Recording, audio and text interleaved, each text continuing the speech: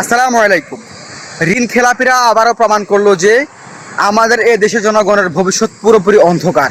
যত আন্দোলন, যত বিপ্লব, যত ঘটনায় ঘটুক, যত অভ্যুত্থানই হোক না কেন, ঋণ খেলাপিরা, দুর্নীতিবাজরা, চাঁদাবাজরা তাদের হাতেই আমাদের দেশকে রাখতে চায়। আসলে অ্যাকচুয়ালি আমাদের জনগণের আসলে ইসলাম ছাড়া মুক্তির কোনো উপায় নাই।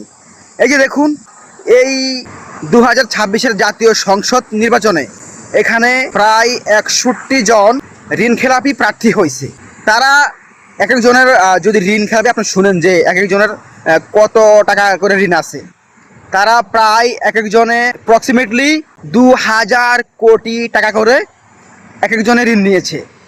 এদের মধ্যে প্রায় 47 থেকে 48 জন হবে বিএনপির, আর বাকিরা কেউ স্বতন্ত্র, কেউ আওয়ামী লীগের, কেউ অন্য কোনো দলের। কিন্তু ম্যাক্সিমাম হচ্ছে প্রায় 48 জন। এরা হচ্ছে বর্তমান যারা বিএনপির হয়ে নির্বাচনে অংশগ্রহণ করতেছে, এদের মধ্যে প্রায় 48 জন। এখন আমার কথা হচ্ছে, এখানে বিএনপির কোনো দোষ নেই, কারণ বিএনপি গত 16 বছর তারা অনেক হ্যাসেলের মধ্যে তারা গেছে। সুতরাং আমি বলবো এখানে বিএনপির দল হিসেবে কোনো ভুল আমি দেখতেছি না। তবে যারা এত কোটি টাকা যারা ঋণ নিচ্ছে, যারা ঋণ ব্যাংক থেকে ঋণ নিয়ে দেশের অ্যাকাউন্ট পুরো খালি করে দিয়ে তারা যে এত কোটি টাকা ঋণ নিচ্ছে, সেই ঋণ খেলাপি মানুষজন, সেই দেশদ্রোহী মানুষজন, তারা ক্ষমতায় গিয়ে, তারা এমপি হয়ে, তারা পার্লামেন্টে গিয়ে কি করবে? তারা আমাদের জনগণের জন্য, এই দেশের জন্য তারা কি করবে? আমাদের জনগণের সবচেয়ে বড় ভুল হবে যদি আমরা এদেরকে ভোট দেই।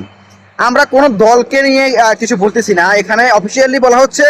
আমি আমার ব্যক্তিগতভাবে আমি বলতেছি, চাঁদাবাজ, দুর্নীতিবাজ, ঋণ খেলাপি, সে যেই দলেরই হোক না কেন, সে যেই দলেরই হোক, হোয়াট এভার, জামাত ইসলামী, চরমনাই, হেফাজত, বিএনপি, সে যেই দলেরই হোক, যদি সে দেশের ঋণ, সে যদি ব্যাংক থেকে কোনো লোন নিয়ে সে পরিশোধ না করে, সে এগুলো বিদেশে পাঠায়, বিদেশে বাড়ি গাড়ি সব কিছু করে, তাকে যদি আমরা আবার ভোট দেই, তাহলে আমাদের মধ্যে আসলে কি দেশপ্রেম আছে কি না, এটাই আমাদের বোঝা উচিত।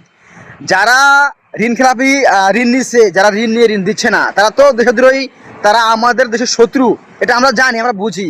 কিন্তু আমরা যারা তাদেরকে মার্কা দেখে ভোট দেব, ব্যক্তিকে না দেখে যদি শুধু আমরা তাদের মার্কা দেখে ভোট দেই, তাহলে আমাদের মধ্যে কেমন দেশপ্রেম আছে এটা আমাদের বোঝা উচিত। সামান্য 1000, 2000, 5000 টাকার জন্য একটু চা খাইয়া, একটু সুবিধা নিয়া, নেতার লগে একটা সেলফি তুলা আমরা আমাদের পরিবার তাদেরকে আমরা ভোট দেব।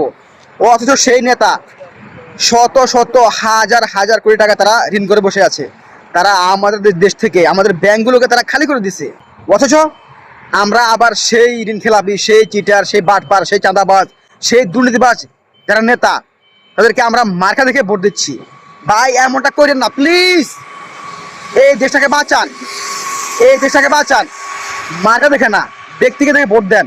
সে কোন দল সেটা বিষয় না, আপনি দেখবেন সেই ব্যক্তি হনেস্ট কিনা, সেই ব্যক্তি দেশপ্রেমিক কিনা, সেই ব্যক্তি সৎ কিনা, এটা দেখেন প্লিজ। এইবার ভুল করেন না।